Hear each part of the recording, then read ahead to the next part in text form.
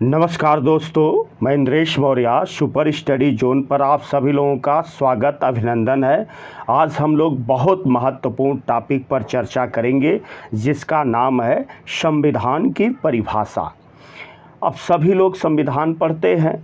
संविधान की परिभाषा क्या है, संविधान किसे कहा जाता है, आज हम लोग इसके बारे में चर्चा करेंगे। तो सबसे पहले हम लोग देखते हैं कि संविधान की कोई एक सर्वमान्य परिभाषा नहीं है। शब्दों के आधार पर भी इसको परिभाषित किया जाता है और लोग अपने अपने अनुसार संविधान को परिभाषित करते हैं। तो हम लोग 2-3 परिभाषा संविधान की देखते हैं और उसके बाद आगे बढ़ते हैं। अब यहाँ पर सबसे पहले हम लोग कॉन्स्टिट्यूशन शब्द को देखेंगे कि कॉन्स्टिट्यूशन शब्द का अर्थ क्या होता है हिंदी भाषा में, कि हिंदी में कॉन्स्टिट्यूशन को क्या कहा जाता है। तो हिंदी में कॉन्स्टिट्यूशन का अर्थ होता है गठन होता है, संगठन होता है, संविधान होता है, व्यवस्था होता है, शासन व्यवस्था होता है, शारीरिक गठन होता है, किसी वस्तु को बनाने या स्थापित करने की क्रिया होता है। अब हम लोग देखेंगे कि ये जो कॉन्स्टिट्यूशन शब्द है, इस शब्द की उत्पत्ति किस शब्द से हुई है और इसका क्या अर्थ होता है। तो कॉन्स्टिट्यूशन शब्द की उत्पत्ति लैटिन भाषा के कॉन्स्टिट्यूट शब्द से हुई है, जिसका अर्थ होता है शासन करने वाला सिद्धांत होता है। अब हम लोग दूसरी परिभाषा शब्दों के आधार पर देखेंगे कि संविधान 2 शब्दों से मिलकर बना है, एक है सम और दूसरा है विधान।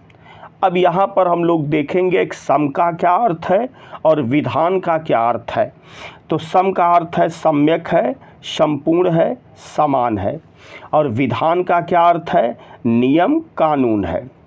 अब इस प्रकार हम लोग देखेंगे कि संविधान का अर्थ हुआ सम्यक या उचित विधान, अर्थात सम्यक या उचित विधान को संविधान कहा जाता है। अब इसके बाद हम लोग एक अलग परिभाषा और देखेंगे संविधान की, कि संविधान नियमों एवं उपनियमों का ऐसा लिखित दस्तावेज है जिसके आधार पर सरकार का संचालन किया जाता है या देश का शासन चलाया जाता है। अब इसके बाद हम लोग अन्य तथ्यों को देखते हैं। तो संविधान देश की राजनीतिक व्यवस्था का बुनियादी ढांचा निर्धारित करता है। संविधान किसी देश का गाइडिंग फोर्स होता है। संविधान राज्य की कार्यपालिका, विधायिका और न्यायपालिका की स्थापना करता है तथा उनकी शक्तियों एवं दायित्वों का सीमांकन करता है और जनता तथा राज्य के मध्य संबंध का विनियमन करता है। फिर इसके बाद हम लोग अन्य परिभाषा या अन्य तथ्यों को देखते हैं। तो प्रत्येक देश का संविधान जो है उस देश के आदर्शों, उद्देश्यों एवं मूल्यों का एक जीवंत दस्तावेज होता है। संविधान जड़ नहीं होता है बल्कि परिस्थितियों के अनुसार परिवर्तित होता है। संवैधानिक विधि जो होती है वह देश की सर्वोच्च विधि होती है तथा सभी अन्य विधियां इसी संवैधानिक विधियों पर क्या होती हैं, आधारित होती हैं।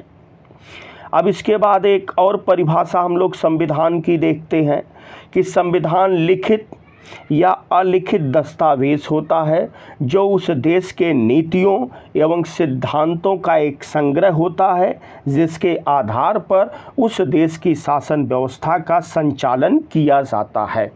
तो वीडियो को अधिक से अधिक लाइक करें, शेयर करें और जो लोग अभी तक चैनल को सब्सक्राइब नहीं किए वो सब्सक्राइब करें और बेल आइकन की बटन को दबा दें जिससे अगली वीडियो का नोटिफिकेशन मिल सके।